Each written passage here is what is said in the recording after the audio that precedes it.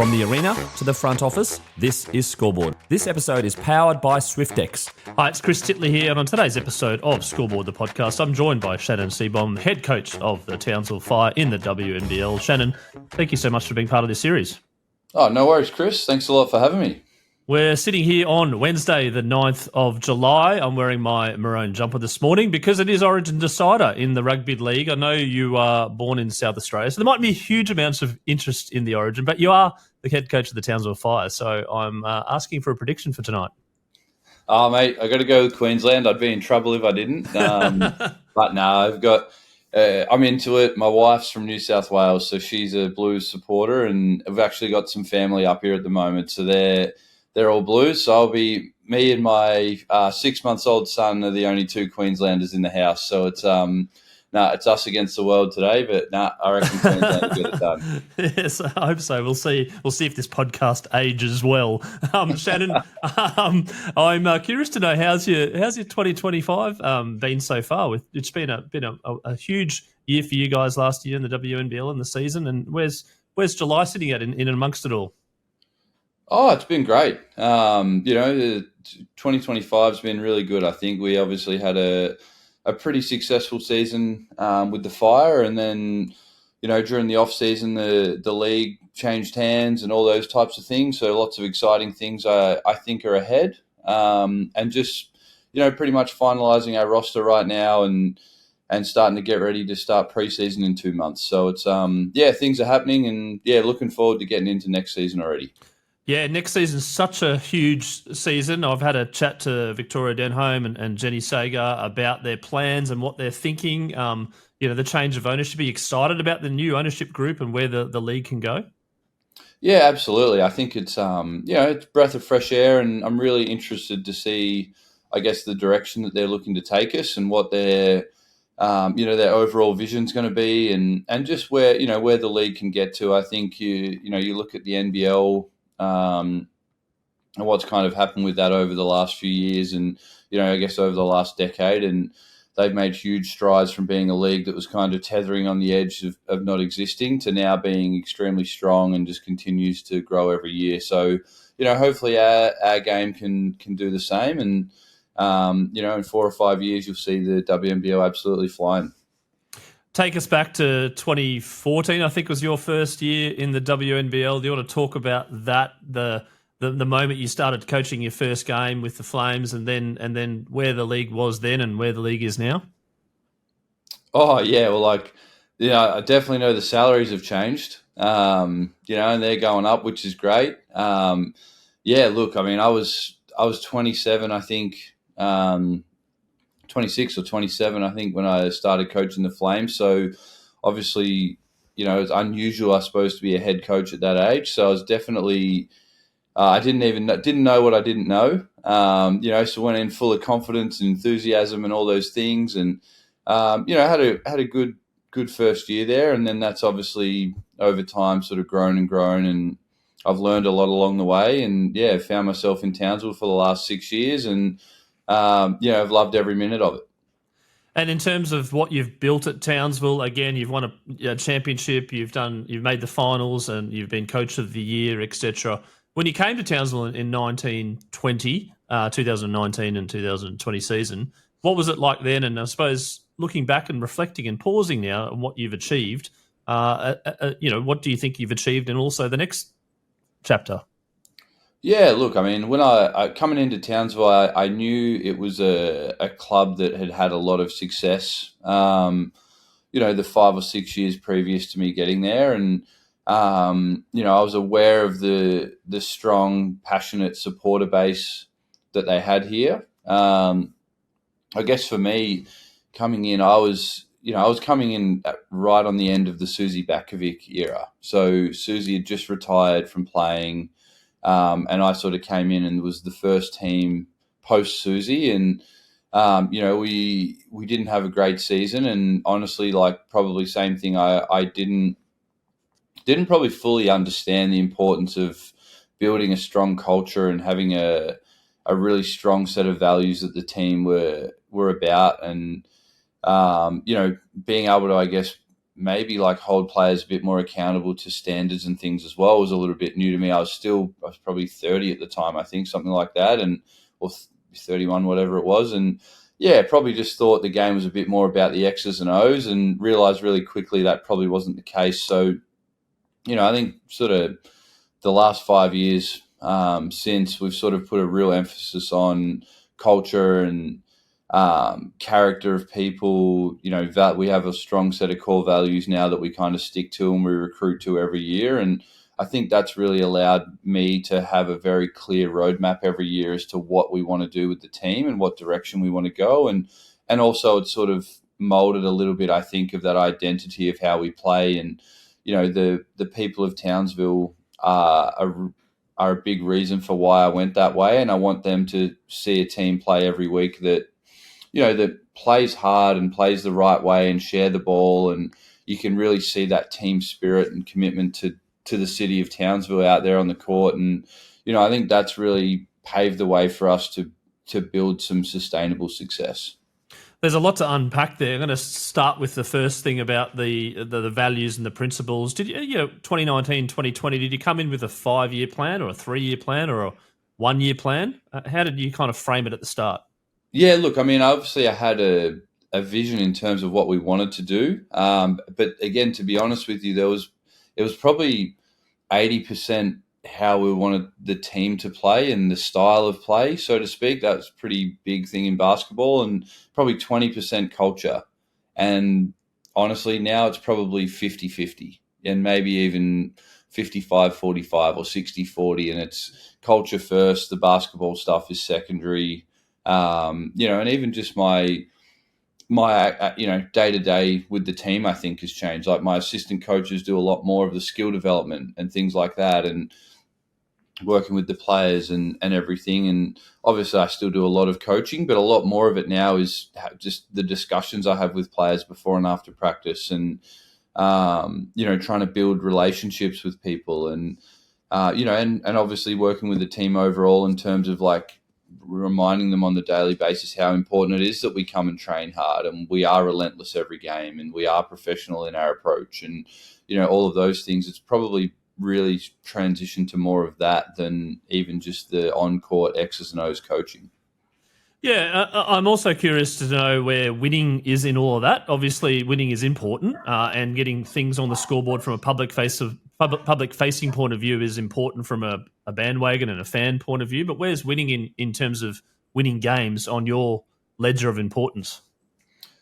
Yeah, it's not lost on me the importance of, as a professional outfit, winning games. But to be honest with you, that's just the result of the process now. I think my first year here, like, we didn't win a lot, and it was very, it was very draining, to be honest. Like, just wasn't a good feeling. It's never a good feeling losing games. I don't think anyone feels good losing a game, but honestly, now I think it's just more understanding of the process that goes into that. And again, as I said, if we do a good job of recruiting good people that are going to come in and work hard, we have a team that are going to play the right way. They're going to share the ball. They're going to play as hard as they can defensively, and just buy into the things we're trying to do. Like, I think the success part or the winning part, like, again, I think success isn't even winning, but I think the winning part of it somewhat takes care of itself. Not lost on me. You need good players. You need all those things. You need to make the right adjustments in games and sometimes do those things. But I think the overall process of how we train and how we do things on a day-to-day basis take care of the winning. And then that blends in as part of the success as well. Shannon, you mentioned the style of basketball early. I'm curious to know how you describe your own team's style of basketball, and has that changed with various rosters? Yeah, you always make some adjustment, I think, depending on who your players are. Like, we always try and put our best players in, or our best players in the position to succeed, and put the right people, around them that can help the team to achieve what it's trying to achieve. I think. I don't know. I guess some people would describe our style of play as A to B to C, or some people may think we're boring or we play slow. I don't really know, but I think we play a brand of basketball where we try and share the ball. We try and make the right decision all the time. We probably over the last year was probably different, but I'd say 3 years before last season, we played quite slow. We played a slow pace. We tried to, really dominate in the half court and, try and get good shots. And as I said, share the ball, find the right person when they're open. And then I think last year, probably midway through the season, we really made a shift in how we played. We played a lot faster. We tried to get out and transition more and score quickly. We played out of, I guess a lot more early ball screens and things like that, where we're trying to get the defense off balance quickly and then find the right advantage and find the right shot from there. But so we probably had a bit more of a blend of when to play quick and when to play slow versus other seasons. And then this year, I guess we'll see. We've got a fairly similar team, but we've brought in a couple of, at least we've added one, really high-level scorer to our team, and I think that's going to mean we need to pick the pace up a little bit.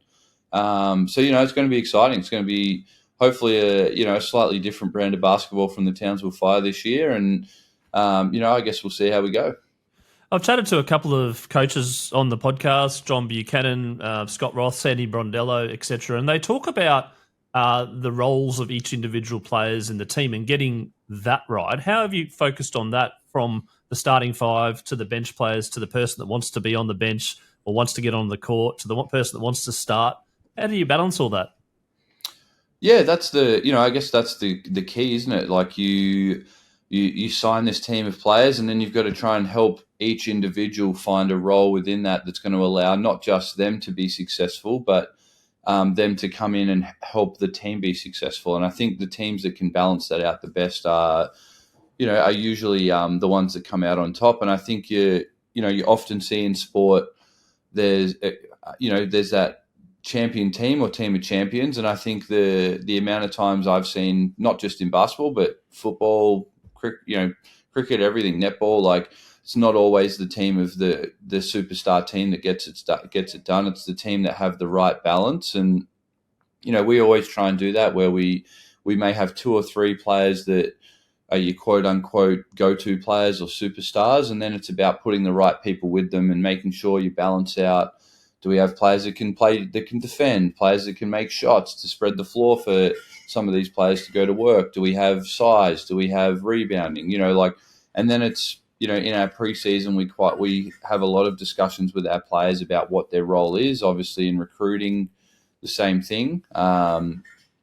We always try and add one or two young players every year that we think have upside and potential that can develop into great players for us, but also they understand where they're at in the process, that maybe there's not as many minutes right now, but if you work hard and we want to see this, and this from you, you're going to start to carve out a role in the team where you can help us, and that's going to grow over time. And we've had a lot of players have success with that, like Steph Reed is someone like that who came in as a backup point guard, understanding that maybe there's not a lot of minutes there, but your job every day is going to be to go after our starting point guard and make them better at practice. And she did that, and that then turned into minutes, and then she became a defensive stopper for us. And then that then flowed on to her becoming a starting point guard and being a lead point guard the year we won a championship. And, I think, by doing that, and as I said, by adding the right people with the right character and the right mindset that are going to buy into that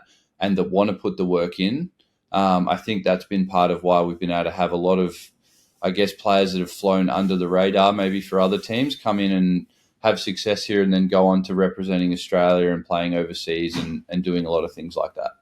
You touched on the word character then. When you look for someone to recruit, obviously character and person plays into that. What sort of characteristics do you look for in an emerging basketball player?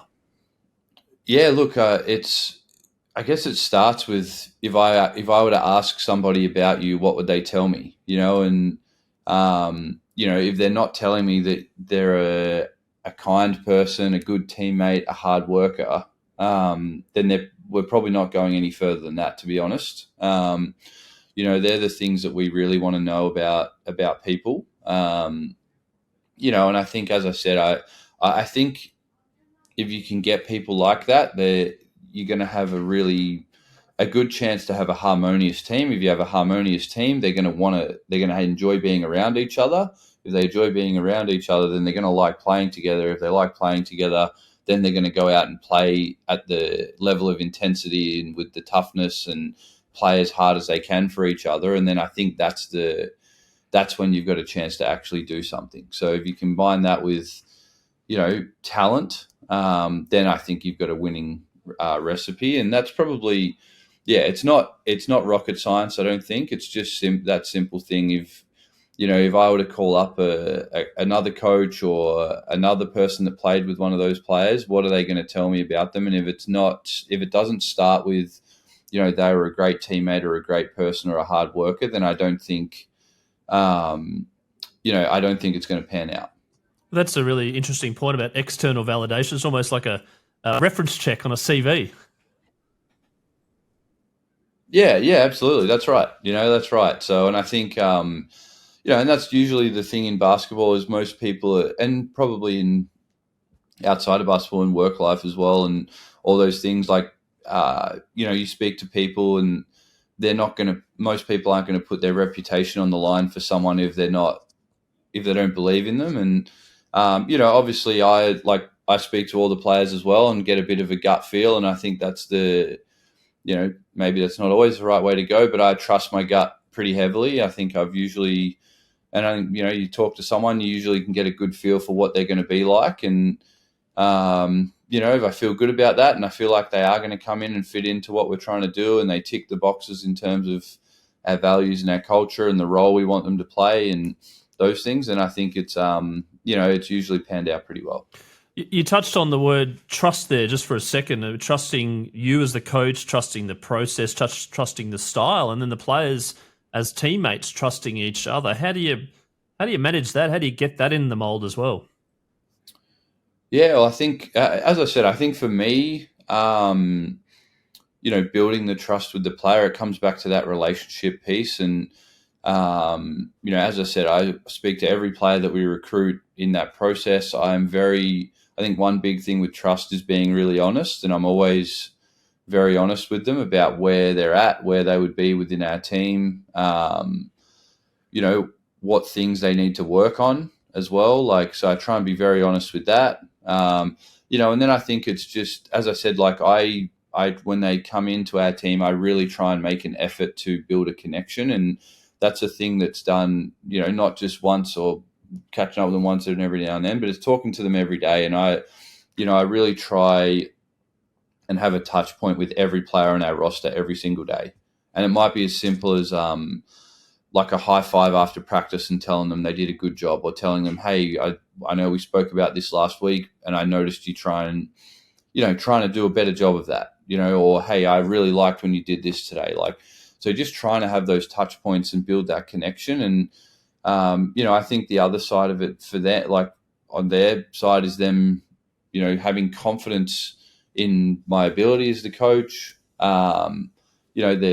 They believe that connection is genuine. And I think when those things happen, then you can do that. And then I think in terms of with the team, we're very fortunate up here in Townsville. We have a really good relationship with the Army. And so every season we kind of work with them. They obviously are experts when it comes to team building and, those types of things. And we do a lot of work with them where our players will actually go onto the Army base and be put through and we always do something different. One year we did abseiling off of Mount Stewart here in Townsville, which basically put them on the side of a cliff, and they had to do that. And that was everyone in the team did it. They supported each other. Some girls did it really easily, and other girls were bawling their eyes out. And, then it just, as a team, I think you come together, you support that person, you help them get through that difficult time or face their fears or whatever it may be. And it just builds that connection even greater. And we kind of get a chance to do some things like that. And then, then we're very fortunate too to have a very good leadership group here in Townsville usually. And, they kind of help to build that connection through the preseason. And then obviously once the games start and, I'm from the Empire State.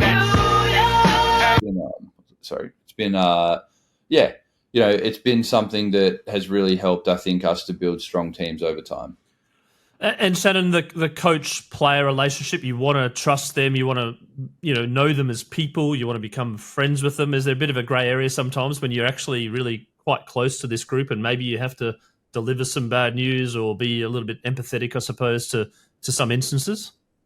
Yeah, absolutely. And I think that's the hardest thing of being a coach, I think, is the difficult, and probably any management position or anything, is those difficult conversations. And again, I think they're never easy. I don't think, like, whether you like the person, don't like the person, any time, I think it's not easy. But as I said, I think if you have that connection with that person and there's at least that mutual respect or trust there, like when you do have to tell them something difficult, and it might be having to cut a player, it might be having to tell a player that they're going to be coming off the bench, whatever it is. But I think if they, it's not easy for them to hear, but I think if you're honest and direct with them and they know that as much as they don't like it, they genuinely know that you do care about them and you've got the team's best interest at heart, I think they can accept it, and usually can accept it with grace. Shannon, I'm curious to know about the emotions as a coach during a game or a final series or a big moment within the game. How do you go about sort of potentially keeping calm and things may not go your way and really sort of showing that through to the team that you got to keep going. There's some moments that don't go your way, but you got to keep your chin up and keep going forward. Yeah, absolutely. I think it's honestly, I don't know. I think for me, I've had some life experiences that have kind of meant to me that winning and losing a basketball game isn't the worst thing in the world. And so I think that's really allowed me to maintain a fairly calm persona. There's obviously, there's some times where I've out of character have reacted to certain things or, things have ticked me off more than they usually would and whatnot, which, I always reflect on afterwards and wonder why that was or what I could have done differently. But I think generally I've done a pretty good job in my career of, just maintaining a level of poise in pressure situations. And I think as a coach, it's important to do, because obviously if I'm constantly riding the waves of emotion, and I'm up and energetic if things are going well, or I'm angry if it's not, or I'm, the players feed off that a little bit, I think. And if I can show, a level of calm and poise in those situations, I think it can flow through to the team. And if the players aren't, same thing, they're not going like this, and we can just remain steady, I think we've got a better chance of getting a good outcome. So, I've definitely have had my moments, but I think overall, I think that level of calm and poise and not reacting to a referee's call or reacting to a mistake that a player's made or, a scoring run of the other team. I think if you can go into your timeouts and be calm and clear and direct with the players about what they need to do, I think it gives them a level of confidence and they can go out and get it done. Do you love and thrive on the big moments, the exciting moments? I think everybody does. It's, I guess going into games, you have those games where it's a close game and you hit a big shot and you get a win and all those things. I think, you'd much prefer to go in and win by 15 every game. But no, I think I think those are the moments, honestly, in seasons you have those where, and we've had seasons like that where, you win or lose like a close game, and it kind of can be a really powerful thing in your season. Like it's either, like we've had a year where we lost a game by 30, and kind of that loss galvanized the team, and then we won 16 games in a row and won the championship. And we've had another season where we lost 2 games in the same weekend by a point. One was in overtime, one in regulation, and we missed the finals. And it was sort of like a tipping point for us where we probably win those 2 games. We go on and maybe win another championship, and we lose both, and we end up, losing a few more and then dropping out of the playoffs. So, I think those moments are pivotal in seasons, and they're always exciting to be a part of, and you always want to come out on the right side of it. But it's, I think that's why people love sport, right? You never know what's going to happen, and you win some games by a lot, you lose by a lot, and then you have close games. And I think for the fans and for us as coaches and for the players as well, it's the competition and going out there and doing your best to try and get the result you want in those moments, and using that to spur yourself on.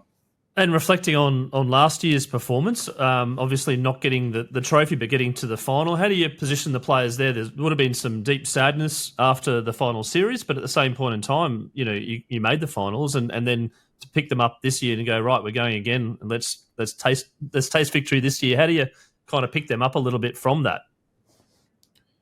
Yeah, well, I think to be honest, for me, it's last year was awesome.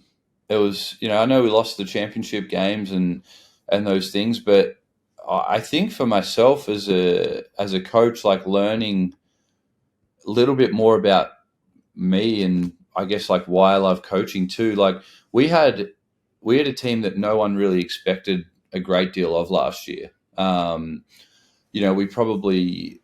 We had some really young players. We had some players that, like, I really believed in when we recruited them, and obviously some existing players we had on our roster that I really believed in as well. And but we didn't have any Opals players.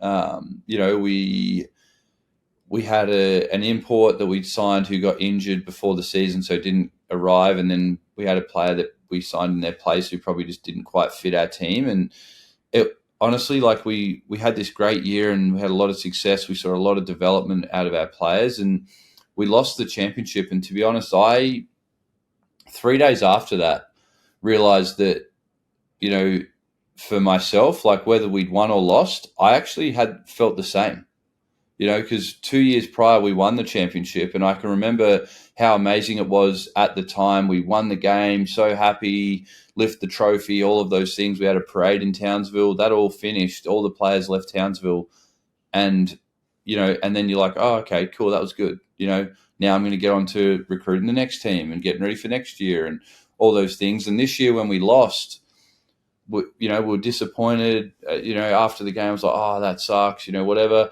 3 days later, the players left Townsville. And I'm sitting there and I'm like, I'm going to recruit the team. I'm going to get ready for next year. How cool is this? Like, and honestly, I think like apart from that, like initial rush of like winning the trophy, I realized that the main thing that I loved was from both of those years was how awesome it was to go to practice every day, how awesome it was to be around people that you genuinely enjoy being around and you love coaching, and you feel so motivated to help them to achieve the success they're trying to achieve individually and as a team. And I think it just showed me that, like, honestly, like winning the championship obviously is something we strive to do. But I think if success for us is like having great people, turning up every day and working as hard as we can and just trying to be the best that we can. And I think if we've done those three things, some years you're going to win a championship, some years you're not. But I think the enjoyment level and the satisfaction is the same if you can tick those boxes. So, yeah, honestly, it was it was an amazing year. And I'm super excited to have the 6 of those players back this year, and the people we've added for next season. I'm really excited to coach, and I can't wait to get into it and see what this year is going to bring and what we can do. Shannon, I sense a lot of positive energy from you, and where does fun come into it? Are you a fun coach? Do the players think you're fun, or you crack the odd joke every now and then, or are you a pretty serious sort of guy? No, look, we try and keep it pretty fun. Like, as I said, I've got a very good, unique perspective on life and on sport and all those things, and I know how quickly that can kind of all be taken away. So I think, it is serious business, and as I said, we're striving to be a great club and a successful team and all of those things, and we want to work hard. And I think we have a good blend of when's the time to be serious and knuckle down, and then also when's the time to have fun.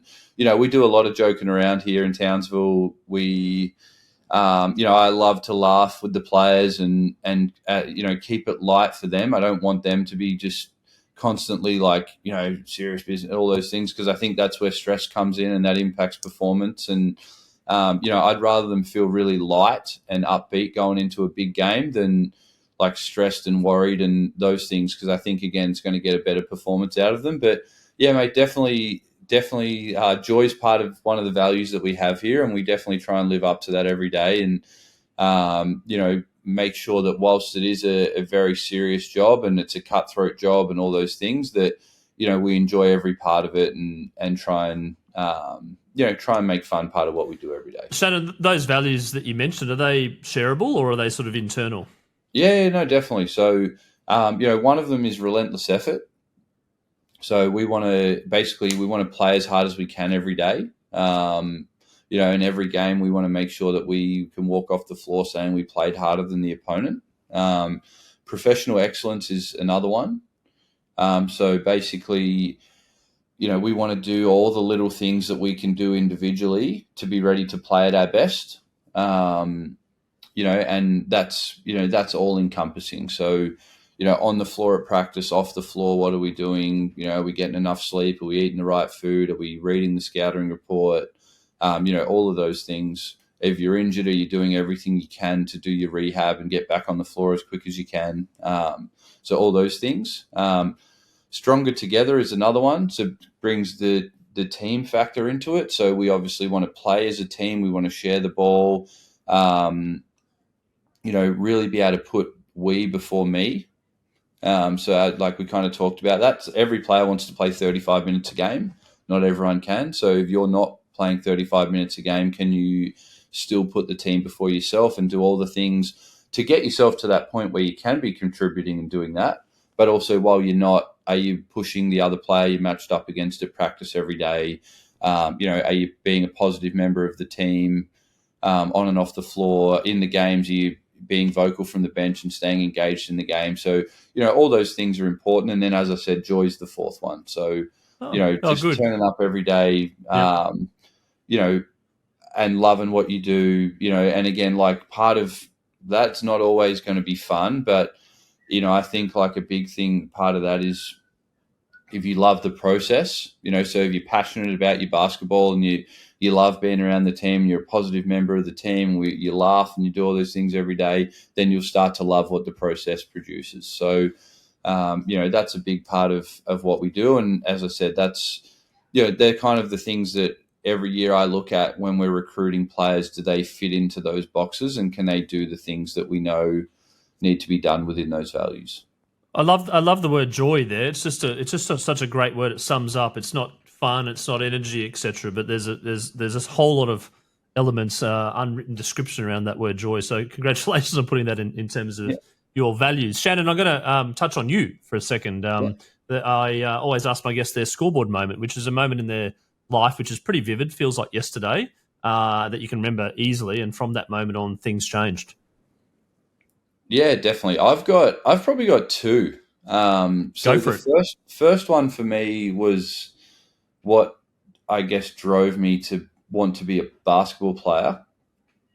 And it's sort of an unusual one, I guess. Like there was a tournament called Oz 97, which is a long time ago now. I was 9 years old. It was basically, there was an under 23 Australian men's team. There was a World Championships in Melbourne, and they had some really good players and some players that went on to play for the Boomers in Australia and everything. But they won the gold medal at the World Championships, and it was an amazing tournament. Sam McKinnon was one of the best players. Chris Anstey was another one. Simon Dwight. They had a guy named Aaron Trahair who hit. I remember Aaron Trahair. Yep. Yeah, hit a massive 3-point shot. Good 3-point shot. I think he might have played for the Bullets for a bit. Unbelievable. So he hit a 3-point shot in the semi-finals to beat Argentina on the buzzer. And when they went to the gold medal game and beat Puerto Rico. And I remember watching that tournament. I have a VHS tape at home. My dad has it at his house still that I watched. We bought it at Kmart. I reckon I watched that probably 100 times, I think, as a kid. And at 9 years old, I remember sitting at the dinner table with my dad saying, I'm going to play for Australia one day. And it was purely because I saw that and saw how amazing that experience was for those guys, and it made me want to do the same thing. And fast forward 10 years, and I was 19 years old and played for Australia in the under-19s at the World Championships, and that was a massive, massive moment for me. And then probably my next, scoreboard moment, or whatever you want to call it, is a bit more personal. And I, again, 19 years old, so just after I'd played in that World Championships, was at practice playing in the NBL, and I had a cardiac arrest at training, and had to basically be revived, and was lucky to survive, and was in a coma for 3 days. My parents were told I wouldn't wake up again, and I suddenly wake up in this hospital bed, unsure why I'm there, and the doctor tells me I'll never play basketball again. And that was probably a pretty big experience for me, and something that I never would have expected to wake up and hear that news. But I guess the positive for me was that it got me out of playing, which sucked, and that was obviously my number one dream as a kid, was to be a professional player and have a long career and go to an Olympics and do all those things. But it gave me a head start of getting into coaching.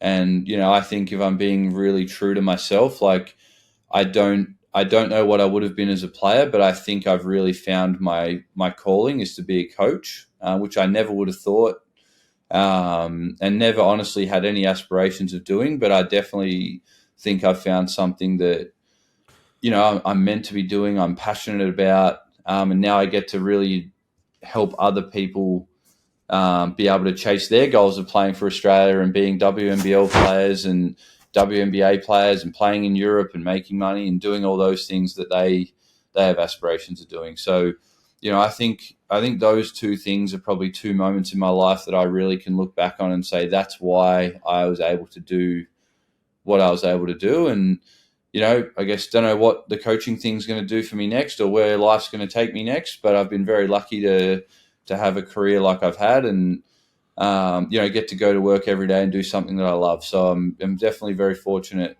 to do that, and it's definitely not lost on me how lucky I am.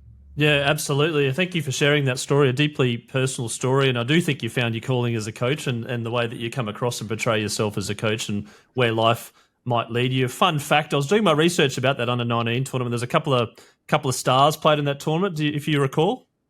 Yeah, Steph Curry was in that tournament, so that was that was pretty funny. And funny story, he actually came off the bench on that USA team. Okay. Yeah, so I can still remember though. I can still remember watching. We never got to play them. They were on the other side of the bracket, but yeah, I can still remember going to a game and watching them, and him pulling up from just inside the circle at half court and knocking a three down like it was nothing. And I guess nothing's really changed. He's still doing that. And another funny thing of that tournament, I remember getting in the lift with a couple of my teammates, and he was in the lift, and that was before he was Steph Curry, obviously, and he thought we were from Lithuania. So it was, so that was kind of funny. And obviously Paddy Mills was on our team as well, and he's gone on to have a massive, unbelievable career, and has been an inspiration, I think, for Australians around the country for basketball. Oh, sure has indeed, and still waiting to see where he lands this year with the NBA and maybe the NBL as well, if we're lucky as well. Now, I've got a sponsor on Scoreboard. It's Swyftx, which is a crypto-based platform based here in Brisbane, and they're powering Scoreboard, and I thank them very much for that. But we're also powering the Bucket List, which is an event, a sporting event that you would love to attend to that you haven't attended to thus far. Yeah, I think mine would have to be I think there'd be nothing better going to a Game 7 of an NBA Finals. Yep. I think they say that there's no two better words in basketball than Game 7, and I think that would be a pretty amazing experience. And then I think, probably the other one would be, I know there's an Olympics coming up in Australia fairly soon. I think would be being involved in a team that's playing for a gold medal in a home Olympics. I think would be a pretty amazing thing as well. There you go. And Swyftx's new ad campaign is where can crypto take you? So maybe crypto can take you to Game 7 of the NBA Finals. The other question I have for you is your favourite all-time sporting moment. Oh, geez. That's a tough one. Honestly, I think my favorite all-time sporting moment, and it's a long time ago now, but and there's been that documentary that came out during COVID as well about the Chicago Bulls. The Last Dance. Yep. But I think that honestly, like as a kid, and again, Kmart used to have every time the Bulls would win a championship, they'd make these videos and they'd sell them at Kmart. And I honestly think obviously NBA wasn't covered in Australia very much when I was a kid. It's obviously not like now where you can just log on and watch every game. But I think Michael Jordan's last shot in Utah in Game 6 in the 98 finals, his last shot ever as a Chicago Bull, and obviously the career he had, and, everyone loves Michael Jordan and he's an icon and all those things. But I just can't imagine anyone ending a career like that with the shot that seals the championship in the way he did it. Just amazing. So I think that's probably my all-time favorite moment. And I know he came back and played for the Wizards, but I don't really count that. I just think it's kind of poetic, I think, to go have a career that like his that ends being that clutch player that delivers time and time again, and to do it in that fashion is just amazing. Now, if I mimic a Michael Jordan action here, will you be able to guess what happened in the game? Let's give it a go. What do you reckon? Let's see. Oh, yeah, the 6 threes and a half against the Blazers. Yeah. I reckon as a kid I watched that about 100,000 times on the VHS from Kmart too. Yeah. I actually watched it again on the YouTube. The YouTube's a bit grainy. My kids look at it and go, that's from the olden days. I was like... Yeah, I think that too when I see clips. I'm like, is that what it looked like when we watched it? Because I'm like, I never remember it being like that, but I guess we didn't have 4K and all that stuff, so... Yeah. And then also my kids go, 6 threes, that's not much. How the game has changed. Shannon Seebohm, thank you for sharing your story on Scoreboard, the podcast today, and really enjoyed this chat around your philosophy, your values, your principles, and all the stories that you bring to coaching the Townsville Fire. I wish you all the best for the upcoming season, an exciting season that is under the new ownership group, a new CEO, and a new logo as well. And some new team names, etc. It's very, very exciting. I look forward to following the progress and supporting where I can. Oh, no worries, Chris. And, thanks so much again for covering the game. And, I've loved talking to you today. It's been great.